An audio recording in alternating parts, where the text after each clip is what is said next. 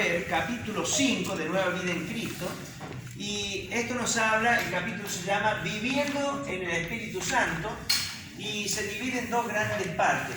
La obra inicial del Espíritu Santo, la obra que el Espíritu Santo hace en la persona, normalmente cuando escucha la palabra de Dios y abre su corazón y cree, y luego la obra que continúa haciendo el Espíritu Santo por toda la vida o durante toda la vida del creyente. ¿Se entiende entonces lo que vamos a ver?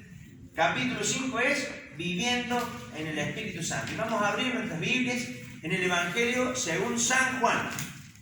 San Juan, capítulo 16, versículo 8 y 9. Y cuando Él venga, convencerá al mundo de pecado, de justicia y de juicio. De pecado, por cuanto no creen en mí. De justicia, por cuanto voy al Padre y no me veréis más. Y de juicio, por cuanto el príncipe de este mundo ha sido ya juzgado. Perfecto. Esa es la obra inicial que hace el Espíritu Santo y la podemos dividir en tres grandes partes, ¿no es cierto? Primero, convence al mundo de pecado. Está diciendo, convence a la persona de que es pecadora. Ese es el punto principal, ¿no es cierto? En el cual la obra que hace el Espíritu Santo, cuando la persona es predicada, cuando la persona es evangelizada, entiende la palabra, ¿no? Entiende lo que se está diciendo, se convence de que está en una situación terminal, de que es pecadora y de que su fin no es bueno, ¿no? Por eso dice, se le convence de pecado, de justicia, es decir, la justicia disponible de parte de Dios, ya lo vamos a leer en otra versión para que quede un poquito más claro, y luego del juicio, ¿no es cierto? Del juicio en el caso de que la persona no se arrepienta de la vida de pecado que tiene y no reciba a Jesucristo. ¿Se entiende? Esa es la obra inicial que hace el Espíritu Santo. Convence de que soy un pecador, de que me puedo hacer justo de alguna manera y de no aceptar esa justicia que está disponible de parte de Dios, me espera una eternidad en el infierno, así como está condenado Satanás. Perfecto. Ahora lo voy a leer de esta versión que es un poquito más clara. Dice, y cuando Él venga, se está refiriendo al Espíritu Santo, convencerá al mundo de pecado, o sea, de que la persona es pecadora, y de la justicia de Dios y del juicio que viene. ¿Está bien? De la justicia de Dios y del juicio que viene. El pecado del mundo consiste en que el mundo se niega a creer en mí. La justicia está disponible. ¿Está bien? Fíjese cómo lo explica. La justicia está disponible porque voy al Padre y ustedes no me verán más. El juicio vendrá porque quien gobierna este mundo ya ha sido juzgado. ¿Está bien? Está clara la palabra de Dios. Dice, convence de pecado, de que soy un pecador, de que el humano es un pecador y que hay un juicio que recae sobre esa persona, pero también convence de que hay una justicia, hay un modo de hacerse justos delante de Dios que también está disponible. Esa forma de ser justos delante de Dios es, lógicamente, se logra por haber creído en el nombre del Hijo de Dios, en creer que Jesucristo es el Salvador y que Él pagó el precio por nuestros pecados. Así que, en primer lugar, podríamos decir desde ya que Él, en primera medida, convence al mundo de pecado, ¿no? La obra inicial que hace es convencer a la persona de que es un pecador. La persona tiene que entender que es pecador y que está en una situación de bancarrota espiritual delante de Dios, de que es imposible de que acceda a la gloria de Dios. Por eso Romanos dice, todos han pecado, están destituidos de la gloria de Dios. Ninguno tiene el nivel suficiente para alcanzar la gloria de Dios. De eso convence el Espíritu Santo a las personas en primera medida. Vamos ahora a leer Juan, un poco hacia atrás, Juan capítulo 3, desde el versículo 3 al 8. Respondió Jesús y le dijo, de cierto te digo, que el que no naciere de nuevo no puede ver el reino de Dios. Nicodemo le dijo, ¿cómo puede un hombre nacer siendo viejo? ¿Puede acaso entrar por segunda vez en el vientre de su madre y nacer? Y respondió Jesús, de cierto te digo, que el que no naciere de agua y del Espíritu no puede entrar en el reino de Dios. Lo que es nacido de la carne, carne es, y lo que es nacido del Espíritu, Espíritu es. No te maravilles de que te dije, os es necesario nacer de nuevo. El viento sopla de donde quiere y oye su sonido, mas ni sabes de dónde viene ni a dónde va. Así es todo aquel que es nacido del Espíritu. Perfecto, ¿no? Aquí entra un nuevo concepto y es que el Espíritu Santo hace que las personas puedan nacer de nuevo. La Biblia dice, nosotros solamente podemos reproducir la parte humana, la parte carnal, pero no podemos reproducir la parte espiritual. El nacimiento espiritual lo produce el Espíritu Santo. Yo se lo voy a leer de esta versión. En este caso, Nicodemo, un hombre temeroso de Dios, un judío que conocía las Escrituras, una persona religiosa, se acercó a Jesús en una oportunidad de noche para no ser visto, se cree, ¿no? Pero con el objetivo de obtener de parte de Jesucristo la forma de ser salvo. Entonces comenzó con una conversación y Jesús directamente va al grano y le contesta esto. Dice, Jesús le respondió, te digo la verdad, a menos que nazcas de nuevo, no puedes ver el reino de Dios.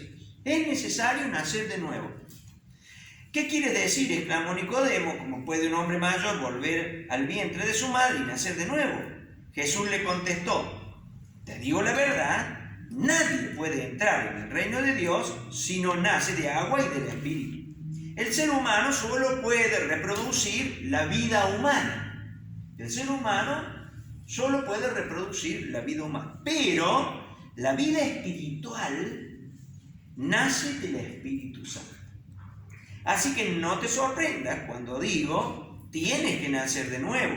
El viento sopla hacia donde quiere, de la misma manera que oyes el viento, pero no sabes de dónde viene ni a dónde va, tampoco puedes explicar cómo las personas nacen del Espíritu, ¿no? Espíritu con mayúscula refiriéndose al Espíritu Santo. ¿Está bien? O sea, el Espíritu Santo es el que da el nuevo nacimiento en la persona. Cuando la persona cree y recibe a Jesucristo como su Salvador, esa persona nace espiritualmente. En una parte de las Escrituras dicen, somos la obra maestra de Dios, creados o nacidos en Cristo Jesús. Es decir, que nosotros podríamos decir que la otra obra que hace el Espíritu Santo es que nosotros nacemos espiritualmente. Básicamente. ¿Recuerdan ustedes cuando leímos el principio de los estudios y decíamos, ustedes están muertos en sus delitos y pecados? Ustedes están muertos a causa de sus muchos delitos y pecados, pero ahora tienen vida por medio de Jesucristo. ¿Está bien? Básicamente la Biblia dice que nosotros cuando creemos en Cristo tenemos vida espiritual. Ya no estamos más muertos en nuestros delitos y pecados, sino que nuestros pecados han sido perdonados y nosotros ahora tenemos vida espiritual. Muerte es separación, vida es estar unidos correctamente con Dios. Cuando nosotros recibimos a Cristo, nacemos de nuevo, pero esta vez nacemos espiritualmente y nos queda una relación correcta con Dios. Ya no está cortada esa relación con Dios, ya no estamos muertos en nuestros delitos y pecados, más bien ahora tenemos vida espiritual. Es necesario nacer de nuevo. El que no nace de nuevo no verá el reino de Cristo. La forma de nacer de nuevo es entregando nuestra vida a Cristo, creyendo que Cristo es nuestro Salvador. ¿Está bien? Creyendo en el nombre del Hijo de Dios que significa salvado. ¿Alguna duda de eso? Entonces, la segunda cosa que hace, o la obra inicial que hace el Espíritu Santo, es que convence del pecado, y normalmente se da en el mismo momento, ¿no es cierto?, que la persona termina creyendo y aceptando a Cristo como su Salvador, por ende nace de nuevo. Es una obra inicial, es una obra que puede ocurrir toda en un mismo momento, todo en un mismo día, todo en una media hora, en 15 minutos, en 5 minutos, ¿no? Cree que es pecador, se arrepiente de sus pecados y se pone en relación correcta con Dios, es decir, nace de nuevo. En ese mismo momento, la palabra, el Espíritu Santo también viene al creyente, ya lo vamos a ver, y también es bautizado en el cuerpo de Cristo, y ahora nosotros lo vamos a ver leyendo 1 Corintios capítulo 12, versículos 12 y 13. Porque así como el cuerpo es uno y tiene muchos miembros, pero todos los miembros del cuerpo, siendo muchos, solo son un solo cuerpo, así también Cristo. Porque por un solo espíritu fuimos todos bautizados en un cuerpo, sean judíos o griegos, sean esclavos o libres, y a todos se nos dio a beber de un mismo espíritu. Perfecto. Todos hemos sido bautizados en un cuerpo. Bautizado significa sumergido o introducido. Eso significa bautizar, ¿no es cierto? Y todos nosotros hemos sido bautizados por el mismo espíritu en el cuerpo de Cristo. ¿Está bien? Todos hemos sido sumergidos en el cuerpo de Cristo. No todos somos iguales, tenemos funciones distintas, tenemos talentos distintos, tenemos dones distintos, tenemos personalidades distintas, pero todos hemos sido introducidos o bautizados en el mismo cuerpo de Cristo por medio del Espíritu Santo. O sea, el Espíritu Santo, cuando nosotros hemos creído en Cristo, nos sumerge en su cuerpo y pasamos a ser parte del cuerpo de Cristo. Eso significa que hemos sido bautizados por el Espíritu Santo, introducidos en el cuerpo. ¿Se entiende eso? Todos hemos sido bautizados en el cuerpo de Cristo, introducidos en el cuerpo de Cristo por medio del Espíritu Santo. ¿Cuándo ocurre esto? Cuando nosotros simplemente creemos en Cristo como nuestro Salvador. Pasamos a conformar el cuerpo de Cristo. En el mismo momento, Vamos ahora a leer Efesios 1, 13. Dice, en él también vosotros, habiendo oído la palabra de verdad, el evangelio de vuestra salvación, y habiendo creído en él, fuisteis sellados con el Espíritu Santo de la promesa. Bien, lo leemos ahora nuevamente un poquito más despacito. A ver, yo te voy a interrumpir. En él también vosotros, habiendo oído la palabra de verdad. Habiendo oído. Cuando oíste, seguiste. Habiendo oído la palabra de verdad, el evangelio de vuestra salvación. El evangelio de vuestra salvación. Y habiendo creído en él. Y habiendo creído el evangelio. ¿Cuál es el evangelio? Que nosotros éramos pecadores, pero Dios nos amó tanto que dio a su Hijo Jesucristo para que todo aquel que crea en su nombre no se pierda, sino que tenga vida eterna. Fuisteis... Sí, en ese momento, cuando creíste, seguí. Fuisteis sellados con el Espíritu Santo de la promesa. Bien, fuiste sellado. ¿Con qué te selló?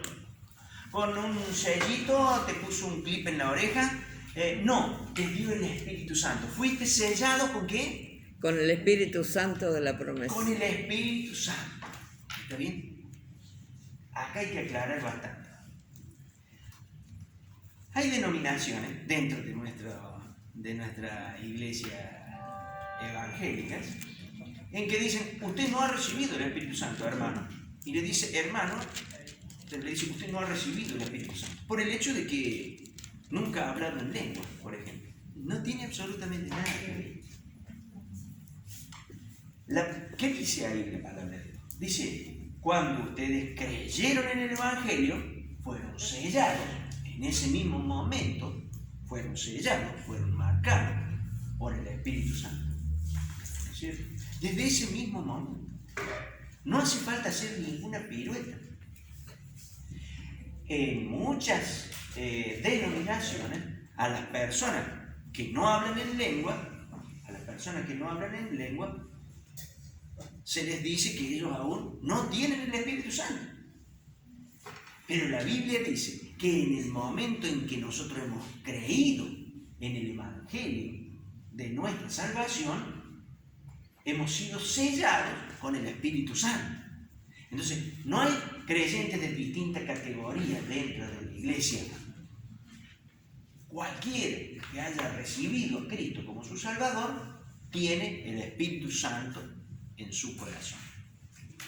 Dice, ser sellado con el Espíritu Santo quiere decir que el nuevo Hijo de Dios es posesión segura de Dios desde el momento en que cree, ¿no? Bien, todo lo que nosotros tenemos marcado o sellado, ¿no? En el campo, uno conoce, los que viven en el campo conocen muy bien esto, ¿no es cierto? A un animal, a un caballo, a una vaquita, ¿no es cierto? Lo marcan, lo sellan con una marca de fuego. Esa marca de fuego quema la piel del animal y también el cuero del animal en gran parte, de modo tal de que ahí no nacen más pelos y queda la marca de quien lo ha marcado, ¿no? Tiene una determinada forma, una determinada letra, ¿no es cierto? De modo tal de que si alguien ve ese animalito por ahí perdido, con el solo hecho de ver cuál es la marca, dice, este animal es de Don Frigerio, ¿no es cierto? Porque dice FG, la marca, por ejemplo, ¿cierto? Entonces, de la misma manera, nosotros hemos sido sellados con el Espíritu Santo, ¿no es cierto? Nosotros tenemos el Espíritu Santo en nuestro corazón. ¿Desde qué momento? Del momento en que hemos sido creídos, en que hemos creído en el Evangelio de nuestra salvación.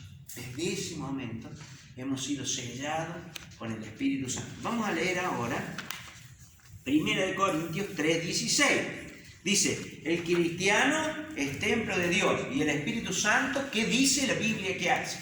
¿No sabéis que sos templo de Dios y que el Espíritu de Dios mora en vosotros?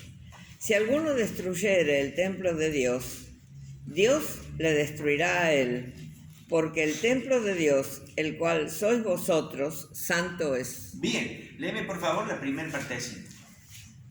¿No sabéis que sois templo de Dios y que el Espíritu de Dios mora en vosotros? Bien, ¿no sabéis que sois templo del Espíritu Santo? O sea, sos un edificio donde dentro tuyo habita el Espíritu Santo, donde mora el Espíritu Santo. ¿Puedes leérmelo de vuelta? ¿No sabéis que sois templo de Dios y que el Espíritu de Dios mora en vosotros? Mora en vosotros. ¿Está bien? Está adentro. Está en el corazón de la persona, está en su interior. Vive en nuestro cuerpo. Nosotros somos templo del Espíritu. Él habita en nosotros, habita en el creyente. Pero dice, pero en este habita un montonazo, porque viene a todas las reuniones, en este habita un poco menos. No, dice que habita. ¿Está bien? Habita. Así que estemos seguros que el Espíritu Santo habita en nosotros. Así que Él vive en nuestro cuerpo. Entonces, la obra inicial del Espíritu Santo, la que hace cuando la persona cree en Cristo, es que lo convence del pecado, lo hace nacer espiritualmente, o sea, tiene ahora vida espiritual, ya no está muerto en sus delitos y pecados. Lo bautiza en el cuerpo de Cristo, o sea, lo sumerge al cuerpo de Cristo, entra a formar parte de la iglesia, del cuerpo de Cristo. Y es sellado para siempre con el Espíritu Santo. El Espíritu Santo vive en el cuerpo, o mora en el cuerpo del creyente. Todo eso lo hace en el momento en que nosotros hemos creído en Jesucristo.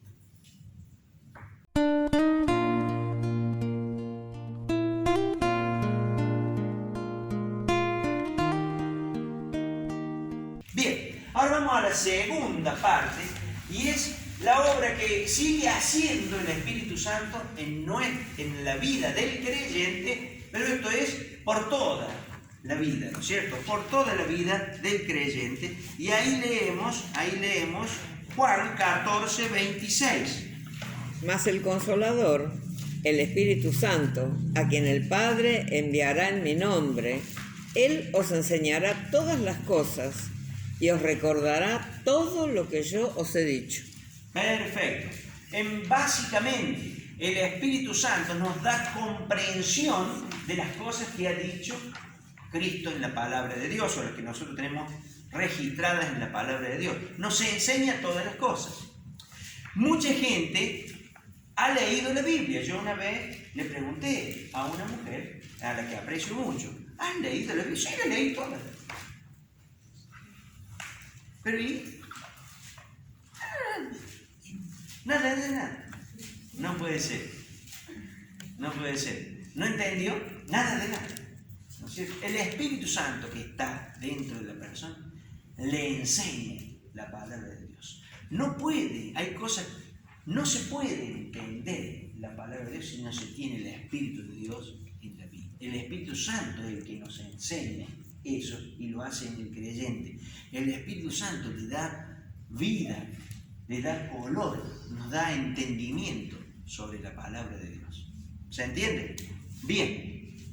Entonces, ¿qué hace? Enseña al creyente. Vamos a leer ahora Romanos capítulo 8, versículos 26 y 27. Y de igual manera, el Espíritu nos ayuda en nuestra debilidad. Pues, ¿qué hemos de pedir como conviene? No lo sabemos. Pero el Espíritu mismo intercede por nosotros con gemidos indecibles. Mas el que escudriña los corazones sabe cuál es la intención del Espíritu, porque conforme a la voluntad de Dios intercede por los santos. Bien, lo otro que hace durante toda la vida del creyente es que intercede a favor del creyente. Muchas veces sin que nosotros lo sepamos. Y muchas otras veces nosotros somos conscientes de que es el Espíritu Santo el que intercede por nosotros. Porque cuando nosotros nos ponemos a orar, en más de una ocasión, no sabemos qué cosa vamos a orar. No sabemos lo que vamos a pedir, ni cómo lo vamos a pedir. Y cuando empezamos a pedir, empiezan a venir a nuestra mente, a nuestro corazón, ideas que no las teníamos hace 15 minutos antes de orar. Y empiezan a venir como iluminaciones de parte del Espíritu Santo, ora de esta manera, ora de esta manera, ora de esta otra manera, y nos ayuda a orar como conviene. O sea que el Espíritu Santo intercede muchas veces de una manera que nosotros no entendemos, como dice ahí, con gemidos que no se pueden entender, pero muchas veces, en la mayoría de las veces, nosotros oramos y el Espíritu Santo nos da letra para poder orar como nos conviene. ¿Está bien? Porque cuando empezamos a orar y empezamos a orar como no nos conviene, enseguida el Espíritu Santo dice, no, por ese caminito no, pedí de esta manera, pedí de aquella otra manera. Bien, entonces, ¿qué hace él? Intercede por el creyente. Vamos ahora a Romanos capítulo 8, versículo 14. Romanos 8, versículo 14. Porque todos los que son guiados por el Espíritu de Dios, estos son hijos de Dios. Bien, los que son hijos de Dios, entonces, si lo decimos al revés, los que son hijos de Dios son guiados por el Espíritu de Dios, ¿o no? Sí. A ver cómo lo dice, hermano. Léalo de nuevo. Porque todos los que son guiados por el Espíritu de Dios, estos son hijos de Dios. Bien, si lo decimos al revés y no violentamos nada, decimos, aquellos que son hijos de Dios son guiados por el Espíritu. ¿Está bien? O sea que el Espíritu Santo guía al creyente, lo guía al creyente en su vida. ¿Está bien? Efesios 5, 18. No os embriaguéis con vino, en el cual hay disolución. Antes bien, sed llenos del Espíritu.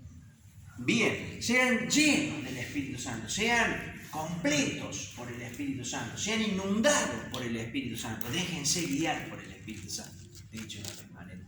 Sean dóciles a la voz del Espíritu Santo, sean receptivos de la voz del Espíritu Santo. Busquen la obediencia a lo que Dios le dice. No hagan lo que ustedes quieren. Eso está diciéndonos, ¿no? Sean llenos del Espíritu Santo. Entonces, el Espíritu Santo llena al creyente. Podríamos decir, enseña, intercede por el creyente, lo guía al creyente, llena al creyente, ¿no es cierto? El Gálatas ahora 5:16, ¿qué dice? Digo pues, andad en el Espíritu y no satisfagáis los deseos de la carne. Bien, y ahora leemos el 22, del 22 al 23. Mas el fruto del Espíritu es amor, gozo, paz, paciencia, benignidad, bondad, fe, mansedumbre, templanza.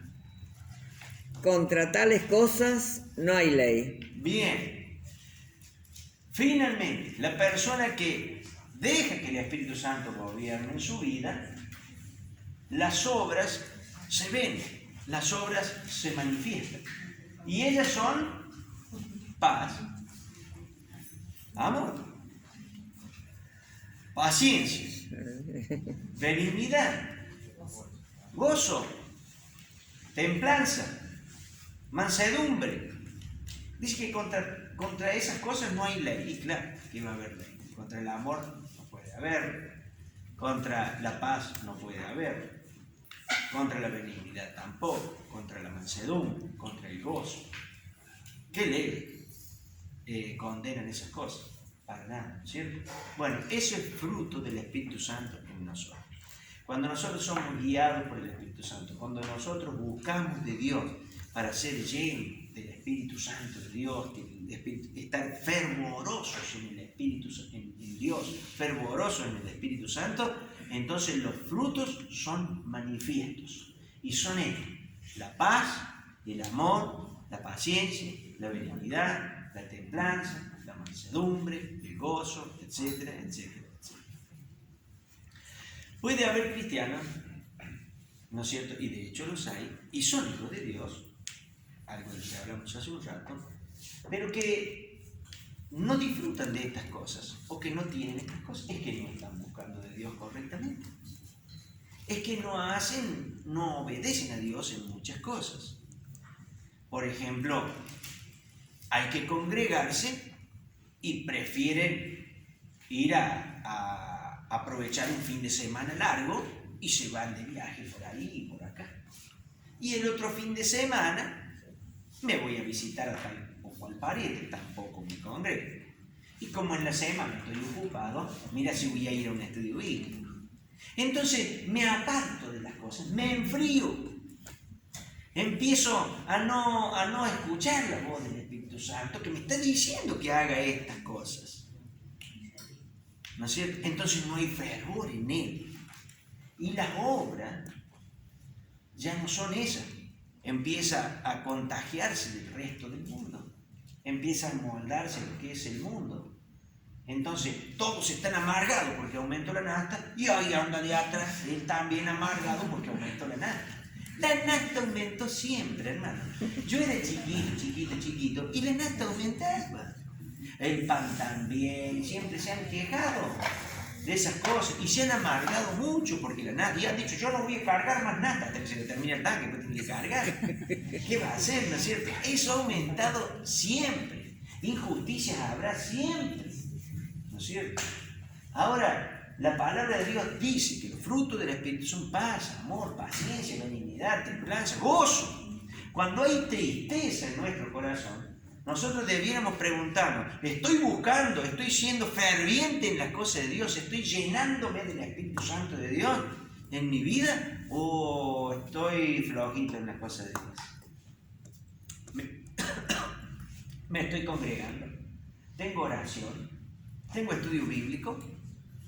No tengo ninguna. Con razón andan loco. Es básico, es básico. Es una consecuencia de, ¿no es cierto? Jesucristo dice que Él vino a darnos vida plena y abundante, ¿no es cierto? Él nos da vida eterna, pero además nos da vida plena y abundante. Cuando nosotros buscamos de Dios, cuando nosotros hacemos todo lo posible por crecer en el conocimiento de su palabra, en la adoración, en la oración, en la comunión con los hermanos, cuando nosotros hacemos todo eso, sin lugar a dudas, toma prominencia en nosotros el Espíritu Santo, somos llenos del Espíritu Santo y los frutos del Espíritu Santo se notan solos, no hace falta que haga fruto, que haga fuerzas, ¿no? Siempre digo, Jesús lo dijo así, yo soy la vid, ustedes son las ramas, si quieren llevar frutos deben permanecer pegados a mí, ¿no es cierto? ¿Cómo me pego yo a Jesucristo? Y me pego cuando estudio la palabra de Dios, cuando le obedezco, cuando vivo en oración, cuando me congrego, ¿no es cierto? Cuando hago todo lo posible por estar cerca de Él, ahí estoy pegado a Él. Entonces no hace falta que haga fuerza para que salgan los frutos, como la paz, la paciencia, el amor, la tenacidad. Es una cuestión natural. La rama no hace ninguna fuerza para que salgan juguitas por aquí. No hace ninguna fuerza. Lo único que tiene que hacer es estar conectado a la vid, a la planta. Jesús dice, yo soy la vid, ustedes son las ramas, si quieren dar frutos tienen que permanecer pegados a mí. Si yo de acá me desconecto y digo, no, este año no voy a estudiar, vamos a estudiar el año que viene. No, en enero y febrero no me congrego porque es verano. Lo quiero aprovechar para mí, como si estuviera logrando algo bárbaro. Me quiero meter abajo de una palmera, en una hamaca paraguaya, y sacudirme así, 2 meses. ¿Sí? Bueno, ninguna cosa de eso le hace bien a nuestra parte espiritual, ¿no es cierto? Los primeros cristianos dicen en Hechos 2:42, perseveraron en la doctrina de los apóstoles, en la comunión los unos con los otros y en la oración. ¿Está bien? Y de esa manera lograron el efecto deseado de parte de Dios. Eran llenos del Espíritu Santo, hablaban y predicaban la palabra, lo hacían con denuedo. Esteban mismo pudo hablarle a los judíos de ese entonces, fue apedreado, ¿no es cierto? Pero tuvo todo el denuedo, el poder para poderles hablar a otros. Si nosotros estamos desconectados, difícilmente podamos producir los frutos que Dios quiere que nosotros produzcamos. Queremos los frutos del Espíritu Santo en nuestra vida, conectémonos a la vida de la mejor manera. No desaprovechemos comunión con Él. ¿No es cierto? ¿Está bien? A veces decimos, ¿cómo me gustaría tener un día para mí? Y salir a caminar por ahí a la sierra. Está bien, téngalo si usted quiere. Pero mire, agarre ese mismo día, así como tomó ese día. Usted haga un resumen de lo que obtuvo ese día, ¿no? Y después diga la semana siguiente, voy a tomar este otro día para dedicarlo al Señor. Y me voy a levantar bien de madrugada, como me levanté el otro día, y en vez de salir a caminar por el lado de la sierra, me voy a poner a leer la Biblia, y me voy a poner a escuchar alabanza, y me voy a poner a orar, y dele así todo un momento con el Señor. Y después hago un resumen de lo que obtiene. A ver cuál de los 2 días le gustó más. No hay nada comparado con buscar de Dios. No hay nada comparado con buscar de Dios. A veces la gente cambia un viaje por un retiro espiritual. Lamentable en un creyente. Lamentable en un creyente, ¿no? Cree que un viaje de placer le puede dar más satisfacción que estar en la presencia de Dios. Estar en la presencia de Dios es inigualable. En los retiros ocurren cosas que muchas veces no ocurren durante todo el año en la iglesia, ¿no? Y a veces lloramos y no sabemos por qué llorar. Y nuestra vida cambia y la verdad que estamos ahí como mansitos, ¿no? Es como que es inexplicable, pero algo ocurrió solamente en ese momento, ahí, en ese retiro. Si hubiéramos ido a pasear, sí, estaba linda la cabaña, hermosa, sí, el río también estaba, ya no llovió, lo único. Había muchos mosquitos y empezamos a encontrarle las cosas que no son buenas. Pero cuando no, ese momento en cuando nosotros estamos en la presencia de Dios es inigualable. Inigualable. Bien, terminamos aquí la clase. ¿Hay alguna pregunta? Si usted nunca ha recibido a Cristo como su Salvador y Señor, yo le invito a que hagamos esta oración juntos. Padre eterno, me dirijo en oración a ti para decirte que reconozco que soy un pecador, que me arrepiento de mis pecados, perdóname, Señor, y creo que tu Hijo Jesucristo es el único Salvador y ha muerto por mis pecados. Le recibo a Jesús como mi único Salvador y Señor. Escribe mi nombre en el libro de la vida. En el nombre de Jesús. Amén.